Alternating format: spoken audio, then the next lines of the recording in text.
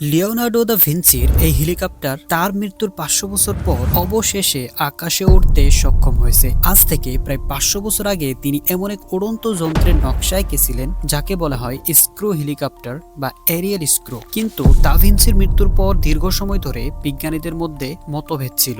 একদল বিজ্ঞানী মনে করতেন এই স্ক্রু হেলিকপ্টার কখনোই বাস্তবে আকাশে উঠতে পারবে না, এটি ছিল শুধু একটি আনুমানিক বা থিওরিটিক্যাল ডিজাইন। অন্যদিকে আরেকদল বিশ্বাস করতেন ঠিক প্রযুক্তি আর সঠিক ব্যালেন্স পেলে এই ডিজাইন একদিন সত্যি উঠতে পারে।